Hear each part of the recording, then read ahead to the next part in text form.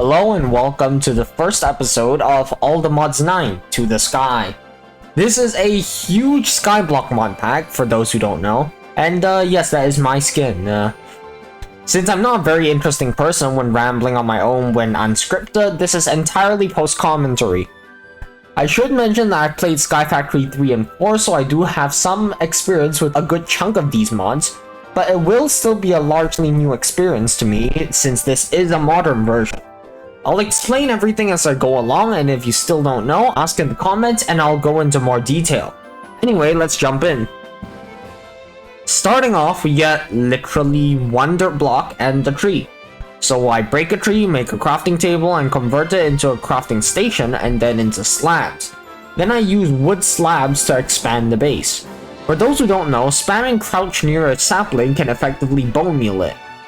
This is mostly for speeding up the early skyblock process. So I farm a few trees and expand the base out significantly.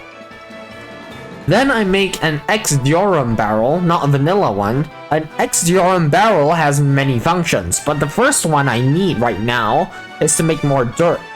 By chucking 8 saplings in to compost them, the barrel will turn it into a new dirt block. So I expand the base a little more and make a few crooks. Crooks are just made out of 4 sticks each, which when you use them to break leaves, they yield more drops and importantly, drop silkworms. When you right-click silkworms on leaves, they slowly infest it, then they spread to the next one. So I grow 4 trees and then infest them, and use the crook to break all the leaves to get string and a few silkworms back. With enough string, I make 25 meshes and make 25 sieves. I then build out a platform where I make a 5x5 row of sieves and fill them all with string meshes.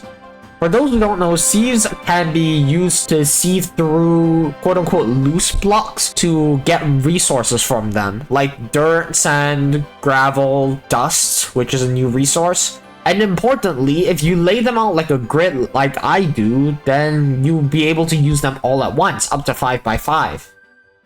This was the point where I realized you can just sneak right-click dirt block to get pebbles for free. Since dirt is renewable, this is mostly for speeding up the process of sieving the dirt itself. Then I realized that if I have an auto-clicker and use that to right-click instead, it generates a lot of pebbles. It also sieves really quickly. These pebbles come in many varieties, so I make a bunch of cobblestone and make myself a stone hammer. The hammer has quite a large number of functions too, but the main one I'm using right now is to crush cobblestone, or any of the stone variants, down to gravel, gravel down to sand, and sand down to dust. Right now I'll stick with gravel. Cobble deep slate also turns into its own crushed deep slate too. Gravel and crushed deep slate can be sieved for many resources, so I spent some time farming this and then get enough flint to upgrade my meshes to flint meshes, which yield more drops. I then continue this process and grind out a lot of resources, getting a dank to make things more convenient. A dank is kind of like a portable shulker box which you can set to pick up items automatically. Sieving gravel gives all kinds of ore chunks, which when placed in a 2x2 formation in the crafting grid, make the full ore. So I make some iron and smelt it. In the meantime, I make shields out of flint and gather some leaves. Then I make a crucible out of logs and place 4 leaves inside. This eventually will make a bucket of water. I make a bucket out of the iron that's been processing, then repeat this process to get a second bucket to make an infinite water source. After grinding more resources, I expand the base in hopes that zombies can spawn, because I'm aiming for rotten flesh that can be used to make leather in this pack, but no zombies spawn anyway.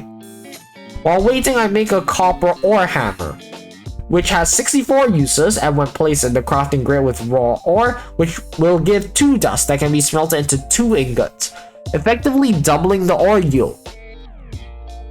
Then I make a squeezer, which when an ore is placed inside and I jump on it a lot to squeeze it, it has a 75% chance to produce an extra raw ore, effectively multiplying ore yield by 3.5 if I can be bothered to squeeze every single one. Then I crush some cobble into gravel, then into sand, then into dust. I save 2 dust and sieve the rest. It happens to be raining, so the barrels fill up with water automatically. Although that doesn't really matter since I already have an infinite water source. Placing dust into a barrel full of water produces a block of clay, which I promptly turn into clay balls. Then I combined 7 of the clay balls with bone meal I got from Seething Dust to get 7 porcelain clay, which I used to make a porcelain crucible. After smelting it, which fires it, I place it on top of a torch. When a crucible is placed above a heat source, the crucible can turn cobblestone into lava. A torch does count as a heat source, but it's really slow.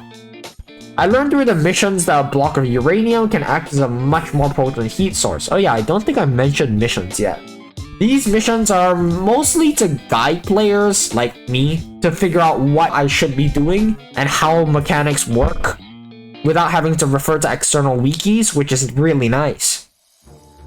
They also do give a few nice rewards here and there, which is, well, it's nice.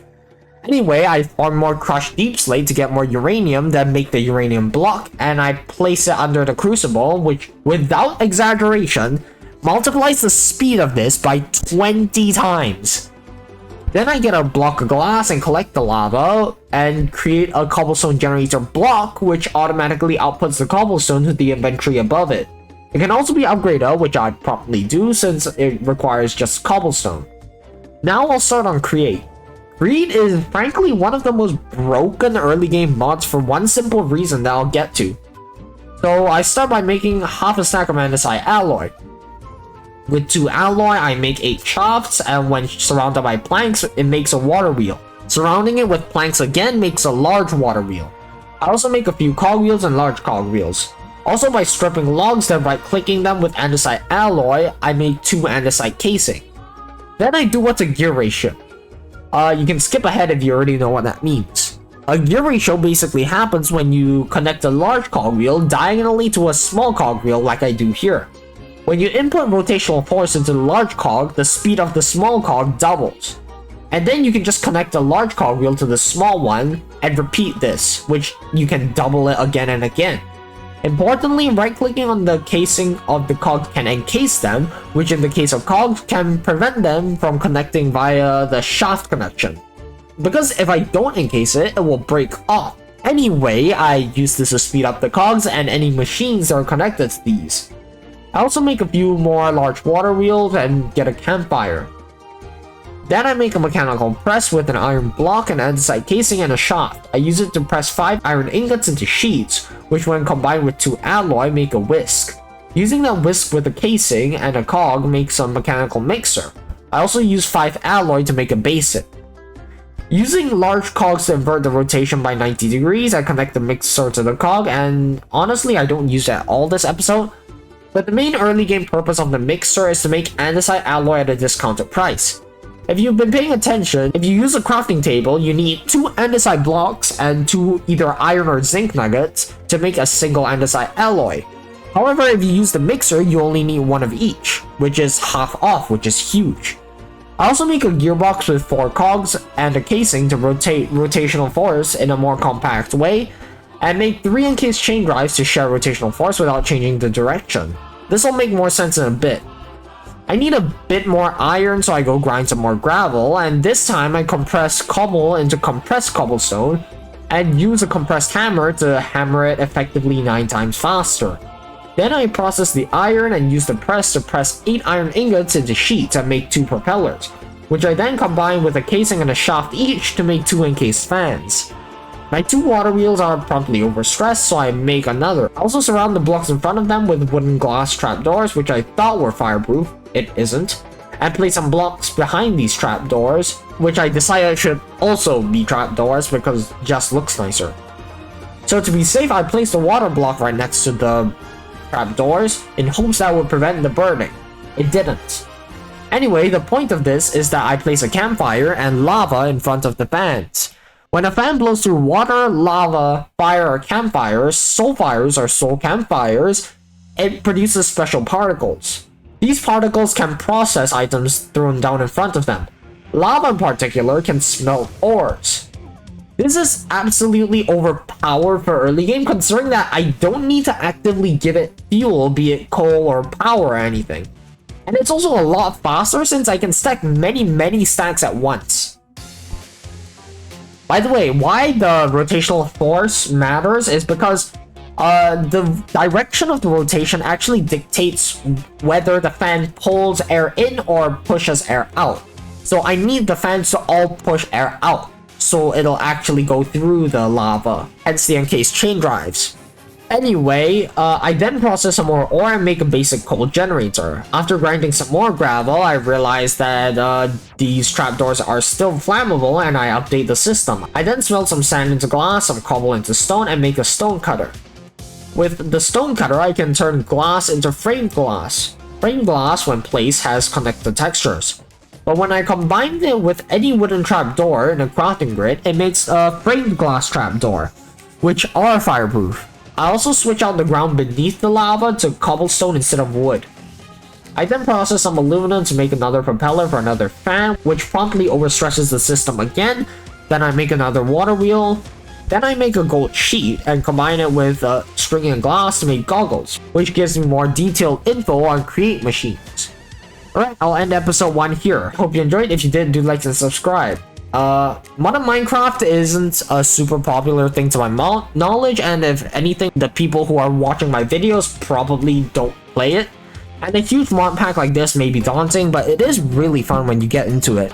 If you have any other questions or other comments, naturally leave them in the comments below. Alright, bye!